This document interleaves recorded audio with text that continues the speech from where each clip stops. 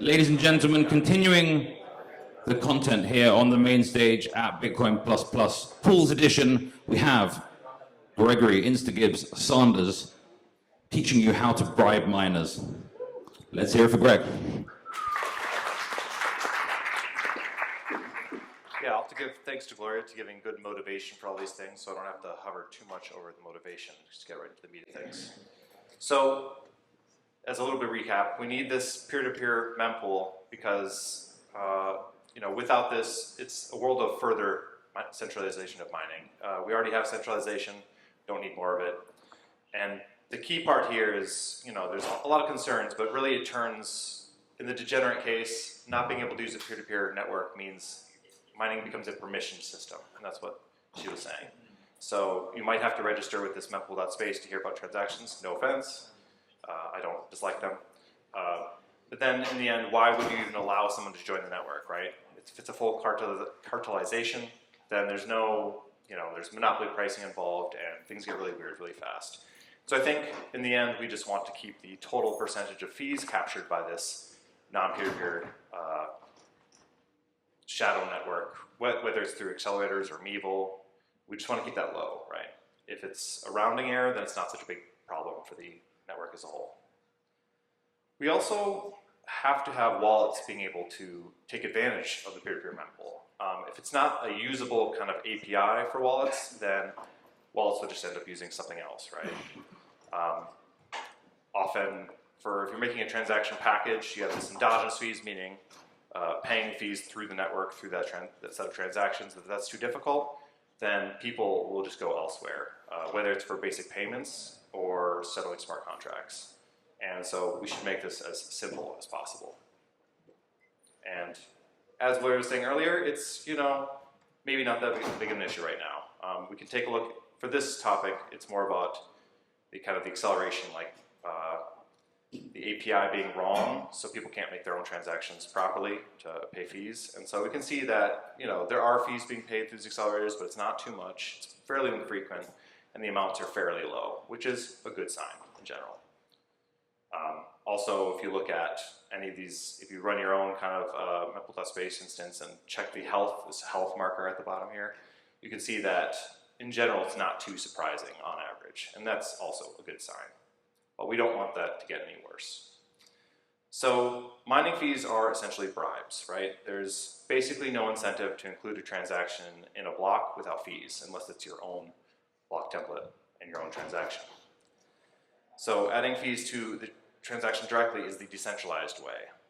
And basically, it's also a way to convince these transaction fees is a way to convince random nodes who don't know you to relay your transactions all the way to miners, right? It's kind of a promise that someone will end up paying for this, or receiving this money, I'll pay for it, right? Base case here is pretty obvious. A given individual transaction has fees based on the value in minus the value out. That ends up being given to miners in a Coinbase output in the aggregate. So this is just kind of the base case, but it doesn't really explain to a wallet developer how to effectuate this when you're trying to do a more general payment or smart contract setup, batch payment. Maybe you have, you're an exchange and you don't want to commingle the kind of fee engineer funds that are allocated versus the custody funds. And this doesn't really answer how to do this properly. So there's some basic things you want to do. You might have a transaction, you want to bump it without replacing it, right? You might want to replace it with a higher fee rate transaction, or you might want to replace it with a transaction of identical fee rate, right? So there might be, so this third case maybe is the less obvious to everyone, where you could have a Lightning commitment transaction that's been signed a month ago, and now there's competing month-ago transactions, and you can't actually mutate this transaction to add this fees intrinsic, endogenously to this transaction, right? So how can we fix that? There's another concern here, right? That the wallet developer shouldn't have to be aware of the mempool, whatever that means. There's mempool divergence. Scanning your own mempool can become costly and cause other issues. There's been actual security issues because of wallets trying to look at the mempool to ensure their funds are safe. And it's also just not required for safe wallet operation. So basically all you have to do for a wallet is track UTXOs and the track how they're being spent in blocks specifically. But mempool knowledge can be nice for UX purposes, so people do that sometimes, and also for fee estimation. That's also nice and perhaps a security thing for time-sensitive transactions. So it'd be nice if you can do it, but it's not required. So this talk is kind of a shill talk. It's a shill talk for one parent, one child relay. This is a feature that rolled out in Bitcoin Core 28.0 and obviously in 29.0, which is out now, where nodes can send packages of size 2, right? Where the parent transaction has insufficient fees to enter your neighboring pool and all the way down to the miners, mempools. So from a wallet point of view, ideally, right, when you make a transaction, all you should be thinking is package fee rate goes up and to the right. And that should be you as a wallet developer should be the only thing you have to worry about. You shouldn't have to worry about hyper-specific templates or kind of what you're competing against in the mempool that I just mentioned you shouldn't be looking at. You shouldn't have to be concerned with these things.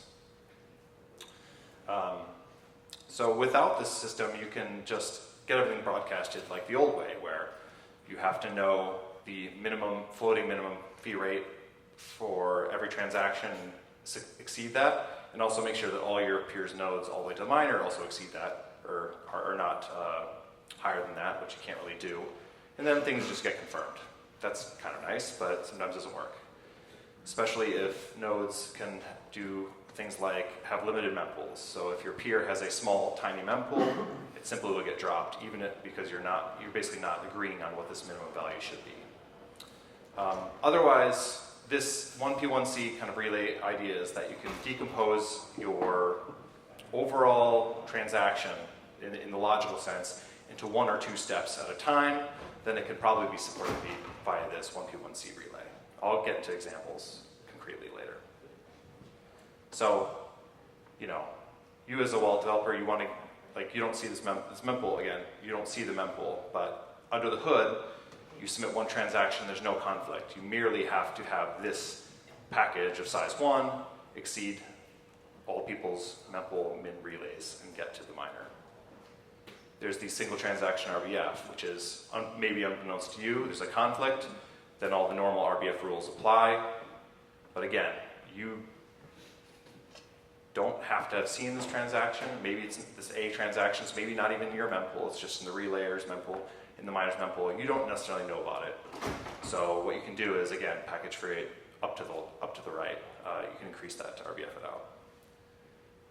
out. If you have a package like with a parent and a child, then there may or may not be a conflict, right? And so in this context, maybe P is too low to get in the mempool by itself, but B brings up the package.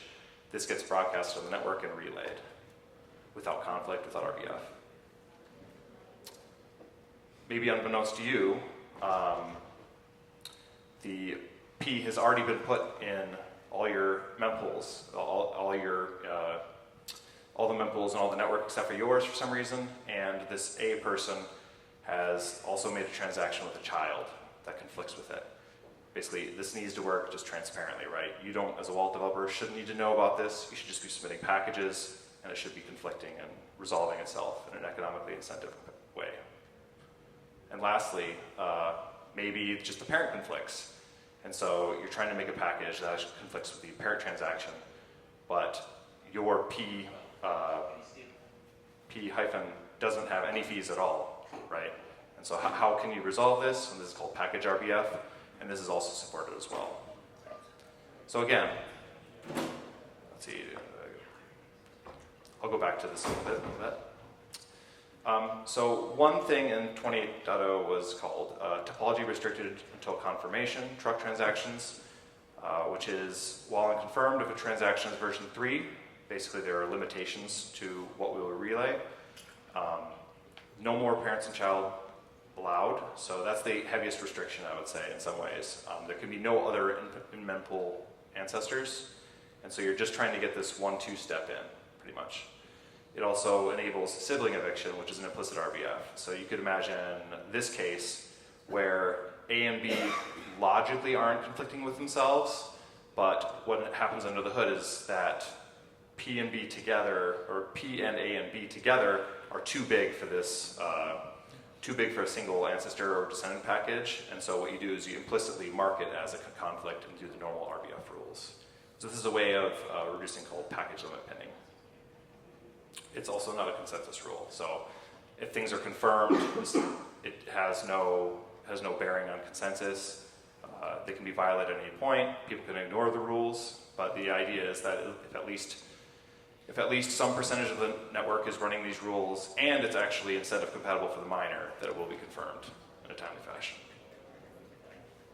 Another feature in 28.0 was pay to anchor. This is a new standard output script type. It's a witness output of V1, so it's op1 plus this minimal 2-byte push.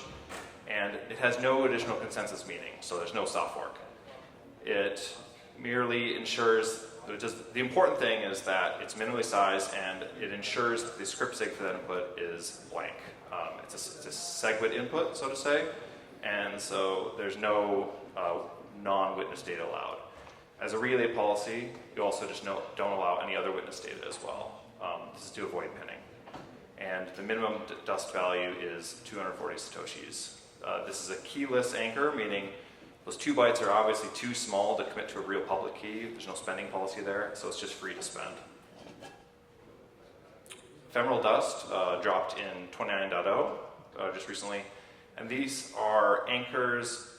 This is like aimed towards, but not exclusively for, anchors that have historically had to have non-zero value, right? So in your ARC or Lightning or whatever pre-signed transaction, if you can't do single transaction fees and you need to do CPFP, that these anchors have non-zero value and then they basically bleed out the contract value.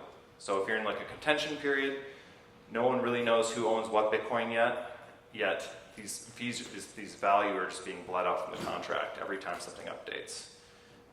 These have always been consensus legal to make and spend, but because of the incentives to not spend it, basically they've been considered relay invalid.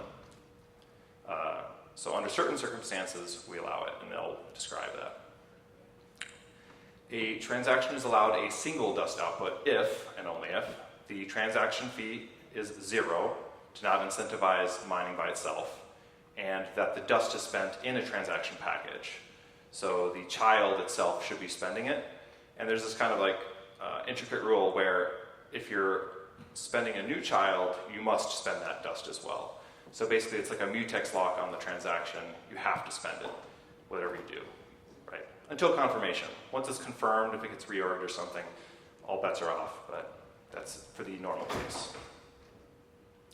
And you can optionally put these things all together, right? So this is all optional, depending on what you need, right? So the parent transaction could be a truck transaction, meaning it's restricted in size, could be 0 fee to allow that ephemeral dust to be included, and could have a dust 0 value pay to anchor output, also known as ephemeral anchor historically. And the child is undersized, right, 1 kilovirtual byte, and maybe it brings the fees for the entire package. And it must spend that anchor. You can mix and match depending on requirements. There are just some circumstances where this doesn't make sense, right? If you're doing a huge batched transaction, maybe 10 kilovirtual bytes isn't enough, right? And maybe you're not worried about pinning when you're that large. Or maybe you need, so if you're using a connector output, which is like another kind of fancy system, you might want ephemeral dust that has a keyed script in it, because it's actually committing to some additional logic connecting multiple transactions together. It's called a connector output. So that's like a common way where if you only have one connector output, you can make it 0 value and spend it immediately. And that ends up composing quite nicely. There are plenty of circumstances where it doesn't fit, like maybe you need more than one and maybe you can't spend them all at the same time, and that's currently not supported, unfortunately, but we'll do our best. So what does a wallet dev need to do? If you have a single transaction with no ancestors, it's pretty straightforward. Submit package with the transaction. What if you have a single parent and a single child? Then you just send both of them, right? And it should just relay. But if your transaction package has like multiple steps to it, you have to do a little more homework. I'll get to examples in a second. So with the Lightning Network under 1P1C, I think it's a pretty good motivation because people have been aware of this kind of format for a while. And I'll get to a little more complex next. So in the Lightning Network, you have these squares here are the transactions, the circles are outputs and inputs. The parent is in blue, it's the commitment transaction, and you basically have just the commitment transaction, and then you bring a new input for the CPFP, right? So that's the fee bringing CPFP. The commitment transaction has no fees included. You also have this other pre-signed transaction that they're called HTLC transactions that are sometimes pre-signed. Sometimes the outputs are free to spend. It really depends on the scenario.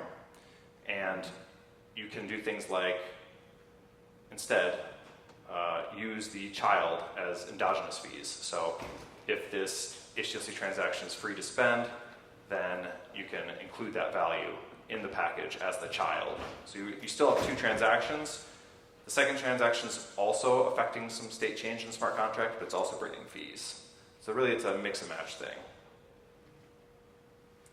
Last was kind of this example of if you have an ARC setup, right, where you can think of ARC as a nested tree and binary. So there's this ARC transaction that is confirmed on the blockchain, the ARC root, and you really have under the hood 1, 2, 3, 4 transactions you ideally like to do, right? So ideally we'd like to publish all 4 of these transactions at once, get everything confirmed with one CPFP, but you can't really do that. But what can we actually do with this 1P1C? You can decompose it into 3 steps where the parent is the ARC transaction itself and the child is the CPFP, and then chain it along. So you see 1 and 1 in the blue and red, 2 and 2 blue and red, and 3 and 3 in blue and red. That ends up being, depends on what you're doing exactly, some mild overhead and some additional UTXO control. But in the end, it's not too absurd. But the idea here is that if you have a protocol that's like 3, 4 steps, you decompose it into 1 and 2 steps. And you can do this in various ways, depending on how you want to set it up and where the fees are exactly going to come from. I'll do to a pinning aside. Pinning is exploiting a design flaw in transaction relay, which makes it worse off for miners, right? Blinding them to stuff they would actually want. So it's not even like, pinning does not mean that your adversary decided to pay the miners more and now you're out of luck. The pinning is that some adversary or fault in the system inherently accidentally hit, ends up the miners not be able to pick up what they should have picked up. And sometimes this means that package fee rate up to the right is not enough. So there's kind of 2 large vectors of pinning historically that we've talked about. One is called package limit pinning. So with ancestor sets being contained to like 25 in a chain, as was talked about, I'm not sure if Gregory talked about this, but each transaction in a cluster can only have 25 ancestors and descendants. And so if this package limit is hit and I'm spending another output that is separate, I can't, if I'm not RBFing that, the other chain, I simply cannot get my transaction in Mempool, no matter how high the fee rate is. So it's like, even if I keep increasing package fee rate, it never works. And the other type is called incremental fee rate rule pinning. So basically, if somebody puts a large transaction low fee rate in your mempool or in somebody's mempool, right, somewhere along the line to the miner, you're unable to dislodge it in a, I would say, instead of compatible way, where it's just not worth it to replace it because of this incremental fee rate rule. The pinning with respect to truck is that if the inputs are controlled by you, meaning you and maybe some other parties, like you have a unilateral veto for the inputs, then generally you should be able to put the fee rates up and to the right and it should work. Package limit pinning is mitigated by the sibling eviction, where this implicit RBF is just like triggered and happens. So you can always submit a child and it'll always work as long as you brought enough fees for it. And incremental fee rate rule pinning is limited, but not fully mitigated, from 10 to, previously the size pinning could be 10 to 100x, now it's maxed at 10 or less x. Cluster mempool also, which you'll hear about in a few minutes, has some nice things for wallet developers as well. The BIP 125 rules, the RBF rules, are If you read each rule, it's essentially like a way of telling you how to pin yourself, right? So there's rule 6, which isn't really a Bitcoin 25 rule, but it's a similar rule.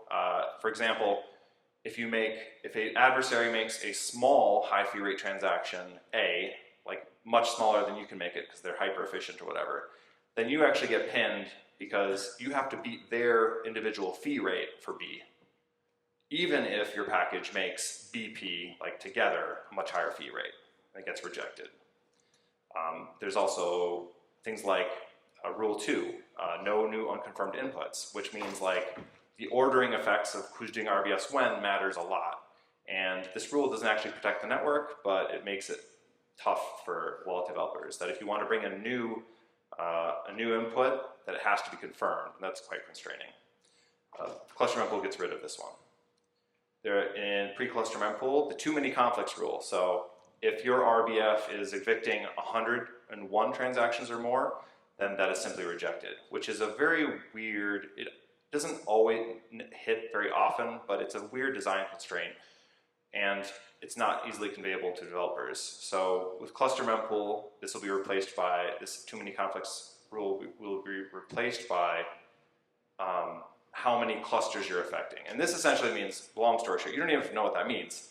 I can just tell you if your input for your transactions are under 100 or 100 and under, you will not hit this limit. So as an API kind of view, I think this is much cleaner. It'll also just beef up the 1C package relay, allow you to conflict with more interesting topologies as long as your package fee rate is correct for the miner. And future work. There's package limit pinning in general, so the non-truck version, right? It would be nice if whenever you hit a cluster limit or ancestor size limit, that you can outbid the other parts of the ancestry that are not in your own ancestry, right? So you don't kill off your parents, your ancestors, but you can RBF anyone else in the cluster. That would be very nice. And that's easily doable plus cluster mempool. This incremental fee rate pinning, that is tougher. There's the replace by fee rate idea, which Peter Todd is going to talk about. And you basically there's anti-denial service trade-off with the mining incentives. So you have to keep all these in your head at the same time when designing these. Like the types of things that a miner wants depends on, for example, how big of a miner they are. So a 1% miner may have different incentives than a 10% miner or a 30% miner. So there's these questions like, what do we want to design for? Once we decide what to design for, how can we make that denial service resistant? It's a big question.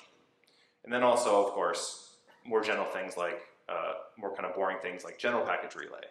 So batch CPFPs, not restricting yourself necessarily to this 1-2 step. That would be nice as well, but that's a future work post-cluster mempool. Parting thoughts, because I'm running out of time. Most mempool work is kind of boring. You only notice it when things are wrong, right? When a large, VC-backed company can't actually get their transactions in the mempool, even though they're not malicious, they just did something a little wrong. And ideally, these kind of things would never hit. And so we want to develop understandable constraints and get out of the way. Obviously, it's to keep the network decentralized, as has been harped on a few times already. Transaction policies are updated to support desired usage. Sometimes there's inherent tensions between the goals that we have, anti-denial service, expressivity, witness like stuffing blocks. These all exist, and they have to be weighed on a case-by-case basis. There's no obvious answer to any of these, pretty much. And also, if you have any non-standard transaction ideas, please reach out early and often, because we may not love what you're saying, but if there's a gap, we need to know about it, and maybe there's a more Bitcoiny way that we can solve this problem. And that's all I have. Thank you for listening.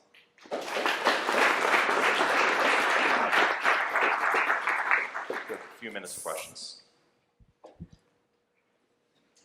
Raise your hand if you have a question, please. When you break a multi-transaction, a multi-step protocol into fewer steps and I guess several individual packages, can you still submit them all at the same time?